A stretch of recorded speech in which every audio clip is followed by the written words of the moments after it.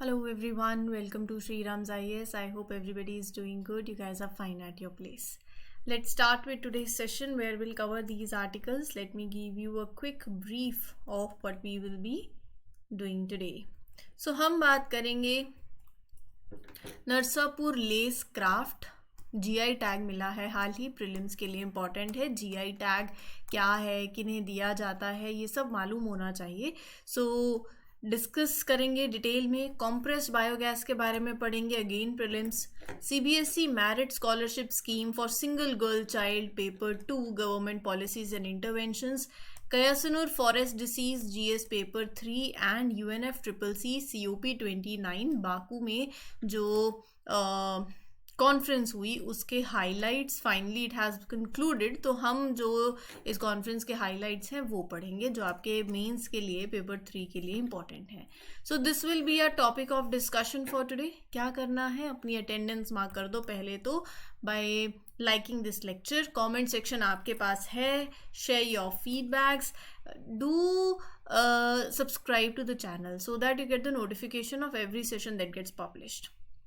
Now you can trust the platform. Sri Ram's IAS is serving the nation since 1985. बहुत लंबा समय है, so you can trust the platform.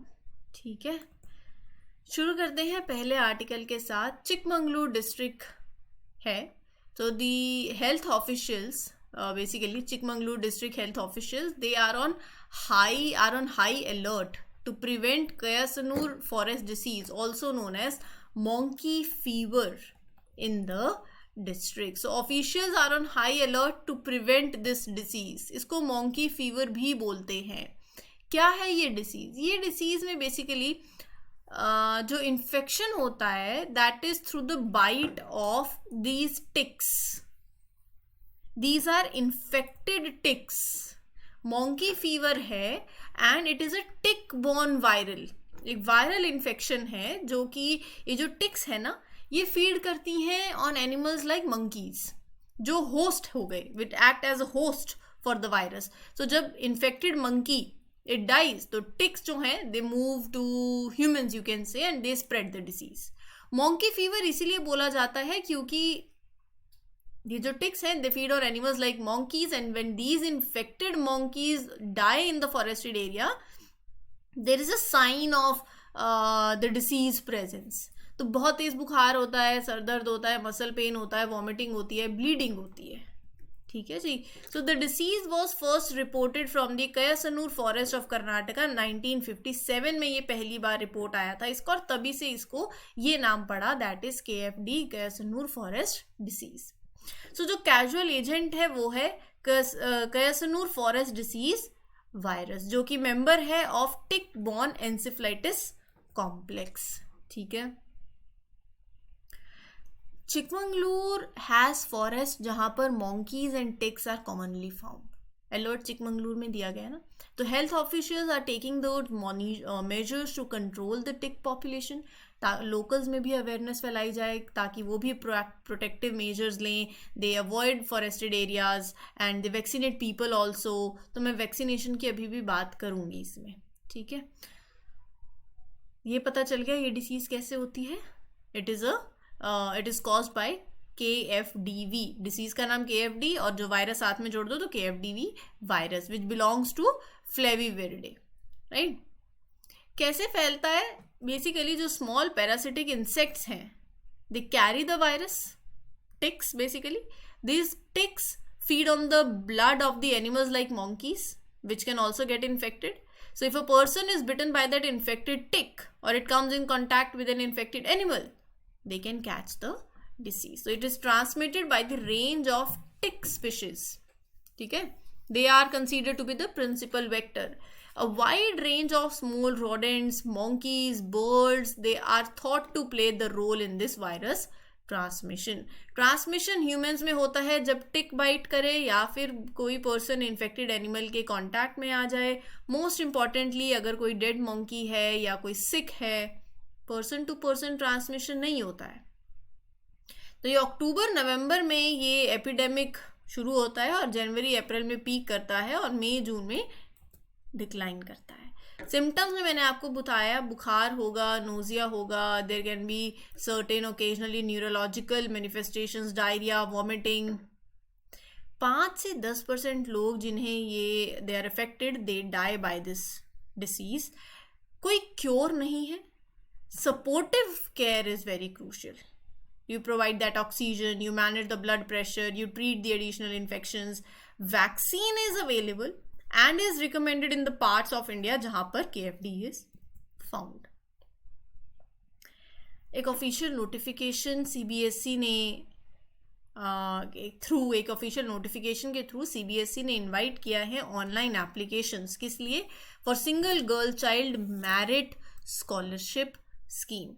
जो meritorious female students हैं, who are the only children of their parents, जिनकी एक एक लड़की है और have pass the CBSE class 10th examination, और उसमें उनको मार्क्स मिले हैं 60% या 60% से ज़्यादा, और वो अपनी further school education they are continuing class 11th और क्लास 12th में। तो स्कीम कहती है कि we are aiming at recognising the efforts of parents, जो उनको लग रहा है in promoting the education among the girls, and we are providing encouragement to the meritorious students, ताकि वो आगे अच्छा पढ़े लिखें। तो एक फाइनेंशियल एड है जो हर महीने दी जाएगी, सिलेक्टेड स्टूडेंट्स को दी जाएगी, ताकि वो अपनी हायर एजुकेशन कंटिन्यू कर पाए। एलिजिबिलिटी क्राइटेरिया के अंदर देखो, सो जो एप्लीकेंट है, पहले तो वो अपने माता पिता की सिंगल गर्ल चाइल्ड होनी चाहिए, इंडियन नेशनल होनी चाहिए। जितनी भी सिंगल गर्ल स्टूडेंट्स हैं उनका 60% या उससे ज़्यादा मार्क्स उनको मिले होने चाहिए CBSE क्लास 10th एग्जामिनेशन में। Class 11th class 12th they should be studying in the CBSE affiliated schools, जहाँ पर tuition fees is not exceeding 1500 per month, इतनी उनकी ट्यूशन फीस हो। क्या NRI एप्लीकेंट्स जो हैं they are eligible? Yes. Tuition fees उनकी it should be maximum ₹6,000 per month. बच्चे जिनकी ग्रॉस पेरेंटल या फैमिली इनकम 8 लाख तक की है, वो भी एलिजिबल है इन स्कॉलरशिप्स के under this particular scheme. Scholarship के अंदर जो बच्चों को सिलेक्ट किया जाएगा उन्हें 500 रुपये हर महीने दिया जाएगा, और ये amount it is payable for the maximum period of 2 years, और पेमेंट आपको नेफ्ट के थ्रू आएगी, बेसिकली ऑनलाइन मिली जाएगी। एग्जिस्टिंग स्कॉलरशिप होल्डर्स जो हैं वो रीन्यू कर सकते हैं अपनी स्कॉलरशिप को क्लास 12th के लिए, अगर उन्होंने 50% सिक्योर किया है या उससे ज़्यादा अपने क्लास 11th में अगर स्कोर किया है इतना, तो क्लास 12th में वो अपनी स्कॉलरशिप को रीन्यू करवा सकते हैं। No rocket science, very simple, straight, easy. Polity के सेशंस हैं, प्लेटफॉर्म पे अवेलेबल है। अगर देखो बहुत इम्पॉर्टेंट है, देखो कुछ ना स्कोरिंग सब्जेक्ट्स होते हैं, मैं आपको बताऊँ, पॉलिटी, इकोनॉमी, कितने क्वेश्चंस आते हैं इकोनॉमी से, मेंस में भी, प्रीलिम्स में, geography, environment, science and tech, these are certain, मतलब ये ऐसे टॉपिक्स हैं। हिस्ट्री, मतलब अब हिस्ट्री में भी मेडिवल से UPSC प्रीलिम्स में 1-2 क्वेश्चन डाल देगी, 3-4 डाल देगी, लेकिन ऐसे क्वेश्चंस आते हैं जो सॉल्व होते हैं नहीं होते हैं, डिपेंड्स। अब आप एंशंट और मेडिवल पे ही 1-1 महीना लगा दोगे तो बात नहीं बनेगी। 1 महीना लगाना वर्थ है पॉलिटी पे। अब ये नहीं कि मैम मतलब 1 महीना लगाना पड़ेगा, अब it depends upon your skill also, कि मतलब आप फास्ट रीडर हो, और ये भी नहीं है कि फटाफट निबेड़नी है, किसी भी तरीके से ख़त्म करनी है, ये नहीं चलेगा UPSC में। You have to prepare a schedule, you have to make sure that you cover things in a right time and quality is being maintained, that is very important. Make sure that quality हो। और फिर कोई doubt आता है तो there are mentors, faculty हैं आपके लिए, you can refer these sessions, इसीलिए है, फ्री ऑफ कॉस्ट है। करंट अफेयर्स में कोई डाउट आता है, किसी एक सिंपल टॉपिक के बारे में पढ़ना है, तो भी आपके पास सेशंस हैं। There are n number of sessions, series चल रही हैं, आप रेफर कीजिए, तैयारी कीजिए, कोई डाउट आए पूछिए, ठीक है। दादी बनाती है ना क्रोशिया से, अगर आपने देखा हो तो, मुझे बहुत अच्छा लगता है बनाना, क्रोशिया का काम करना। अब यहाँ पर coming to the topic, the famous Narsapuram lace craft, GI tag मिला है इसे, ये देख रहे हो, इसके बारे में बात करते हैं। नरसापुर जो है ना वो गोदावरी नदी के पास सिचुएटेड है आंध्र प्रदेश में। तो यहाँ से आपका होमवर्क आज क्या हो गया, इस रिवर के बारे में पढ़ना है पूरा डिटेल में।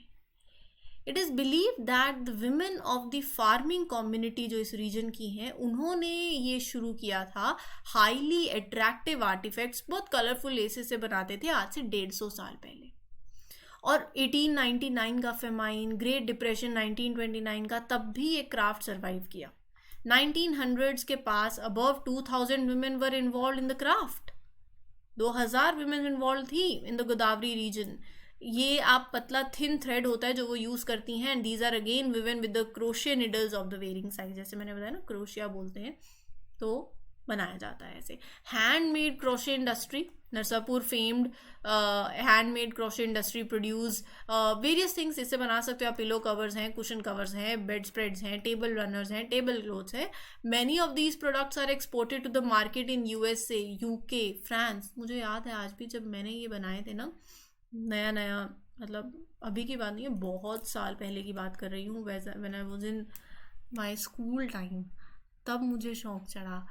तो see you learn from your grandparents, they do, आपका भी मन करता है करने का। दैट इज़ व्हाट क्यूरोसिटी होनी चाहिए, चीज़ों को सीखने की। कोई भी चीज़ कभी वेस्ट नहीं जाती है, लर्निंग है। तो I use to sit with her and I use to ask her कि अच्छा कैसे बना रहे हो, आई ऑल्सो मेक, ये कैसे करना है, यहाँ से कैसे करना है। तो वो देख के याद आ गया और मैंने कैप्स बनाई, और मैंने फिर उन्हें आई मतलब कज़न को देना, फ्रेंड्स को देना कि see I have made this, and I made like 8 to 9 caps, yeah I remember, and I still have one. So it depends कि आपका किस में इंटरेस्ट है, किया करो ये चीज़ें भी, अपनी हॉबीज़ हैं, जिस चीज़ में भी आपको इंटरेस्ट है डू दैट। मैं ये नहीं कह रही हूँ आप भी क्रोशिया करने बैठो या सीखो, ठीक है। सो दैट मैं तभी बोल रही हूँ, आज की बात नहीं है, बहुत टाइम पहले की बातें हैं ये तो। अच्छा, GI टैग क्या है? देखो, जियोग्राफिकल इंडिकेशन मतलब आप किसी प्रोडक्ट को उसका एक स्पेसिफिक जियोग्राफिकल ओरिजिन के चलते वो उसमें वो डिस्टिंक्ट क्वालिटीज़ हैं, वो करेक्टरिस्टिक्स हैं because of that place of region, तो आप उनको GI टैग देते हो। सो एक इंटेलेक्चुअल प्रॉपर्टी राइट की तरह GI टैग सर्व करता है, दैट आइडेंटिफाई कि इस प्रोडक्ट की एक यूनिक जियोग्राफिकल सोर्स है, फिर उसको वो लीगल प्रोटेक्शन मिलती है और कोई अनऑथोराइज यूज उसका नहीं कर सकता। इंडिया में we have this GI act of 1999 that governs the protection and registration. ये बहुत ही क्रूशियल रोल प्ले करता है in promoting these products, safeguarding these products and मतलब safeguarding the knowledge of the various regions. देखो, आपको क्या करना है ना, you please make a list. जितने जैसे GI टैग्स आते जाएंगे न्यूज़ में, GI टैग और कहाँ का है, कौन सा प्लेस, तो ऐसे एक लिस्ट बनाते चलो, that will really help you. By the end सिर्फ एक पेपर पे सारे GI टैग्स आ जाएंगे और सिर्फ आपको रिवाइज करना रहेगा। आप मुझे कमेंट सेक्शन में बताना कि GI टैग आपको फिर वापस कब रिन्यू कराना पड़ता है, रिन्यू होता है नहीं होता है। Do let me know, 10 years 15 years, comment section में बताइएगा। इंडिया का पहला modern self sufficient, India's first modern self sufficient gaushala with state of art compressed biogas plant launch हुई ग्वालियर मध्य प्रदेश के अंदर। या आप तस्वीर भी देख सकते हो। तो हम बात करेंगे कंप्रेस्ड बायोगैस की। कंप्रेस्ड कर रहे हो आप, कंप्रेस्ड बायोगैस मिक्सचर है of the hydrocarbon gases and the vapours consisting mainly of methane in the gaseous form. जो आप बायो मीन्स लिविंग, सो जो एनिमल्स हैं, प्लांट वेस्ट है, वो डिकम्पोज होते हैं, right, by that decomposition it has been produced. थोड़ा सा और डिटेल में चलते हैं ताकि आपको चीज़ें अच्छे से समझ आए, बिल्कुल लेमन टर्म्स में। I will explain compressed biogas क्या है। सी, When I say compressed biogas, पहले तो आप ये समझ लो, it is a type of clean fuel that is made from the decomposition of the organic waste like plant waste, food scrap हो गए, plant waste, animal waste हो गया. So the waste is broken down a controlled way में to release the gases, mainly methane. Now these gases are then purified जैसे जो decompose है, जो waste है, उससे जो गैसेस निकलेंगी, जैसे मिथेन हो गया, ये गैसेस को प्योरीफाई किया जाता है, कंप्रेस किया जाता है to make compressed biogas. Now ऐसे कंप्रेस्ड बायोगैस है, कंप्रेस्ड नेचुरल गैस सुना होगा. They both are mainly made of methane only. They have very similar properties when it comes to the energy content, calorific value. Cars में, buses में, industries में CNG use होती है ना, तो क्या सीबीजी भी यूज हो सकती है? सोचो, हो सकती है कि नहीं हो सकती है? CBG, compressed biogas, can be used to power the fuels. Just like CNG, it can be used to produce energy for the factories, industrial applications. Commercial use भी है. It can be used for cooking, for other commercial activities.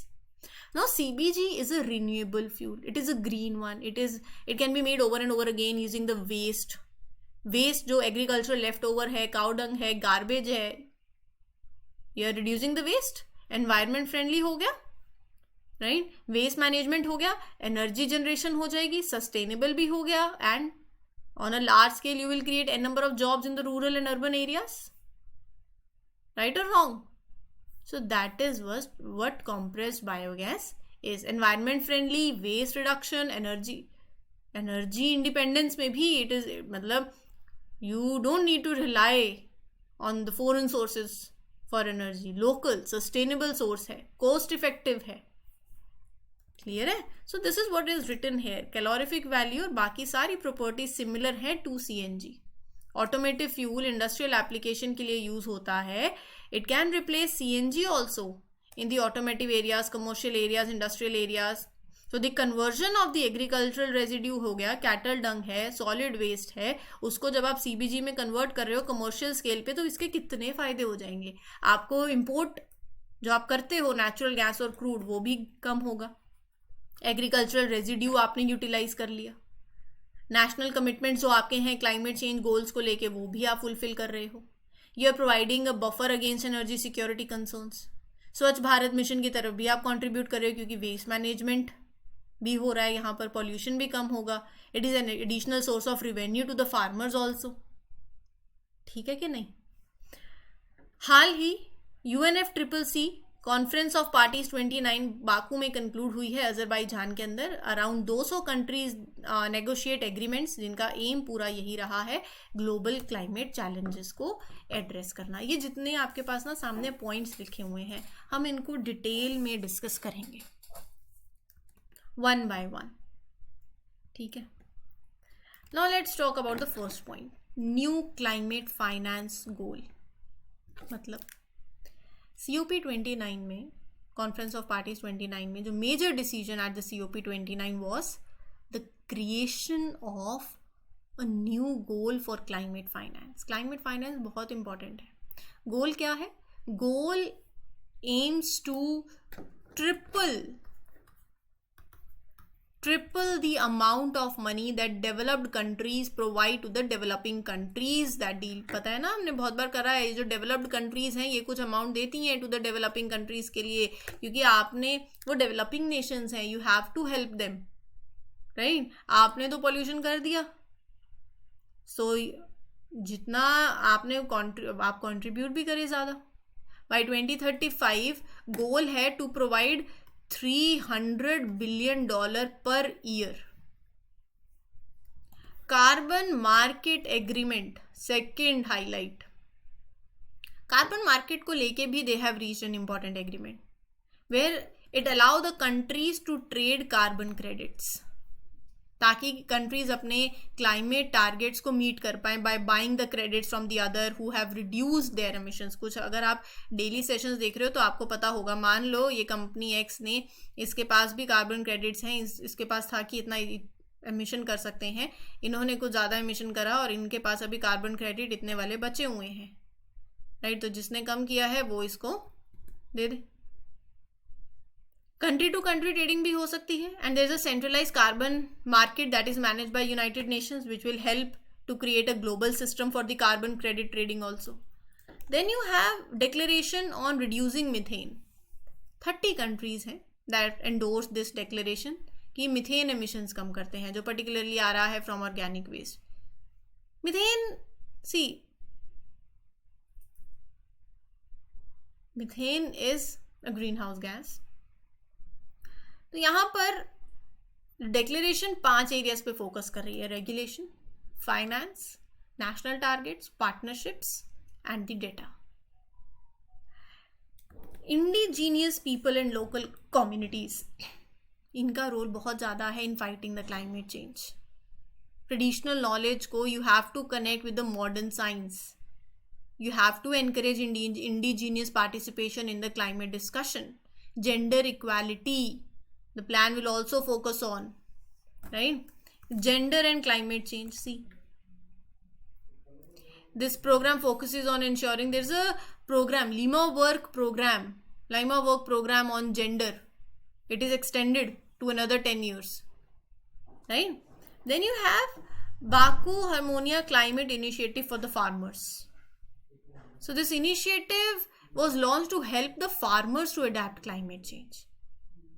जहाँ पर different climate initiatives, it is a platform that brings these different initiatives that are related to food हो गया, agriculture हो गया.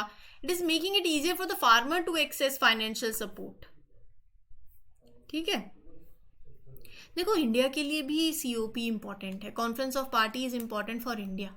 ऐसा platform हो गया that highlights the climate goals. India के क्लाइमेट कमिटमेंट्स क्या हैं? Nationally determined contributions. India has reduce emission intensity, right? Climate change is causing disasters in India also, like floods and cyclones, and it costs money to handle these problems. We have loss and damage fund, अगर आपने पढ़ा हो तो. That is very important. It helps countries like India also, so that you are able to face this negative impact of climate change. You receive the fund that they need to recover and adapt. So COP is important because it's a space to share the achievements, secure the funds to fight climate change, lead global efforts, influence the international climate policies, promote sustainable initiatives. हमने कल, अगर आपने session देखा तो हमने CCPI के बारे में भी बात की थी. CCPI ने क्या कहा है कि India has shown progress in these actions, in these policies, but you are having energy efficiency standards. थोड़ा सा और काम कभी करना पड़ेगा. So this was the whole session. उम्मीद करती हूँ क्लियर हो गया हो. Still any doubt, you can ask me in the comment section. I'll meet you in the another one. Till then, take care. Good luck, good wishes. Happy learning, everyone. All the best. Thank you.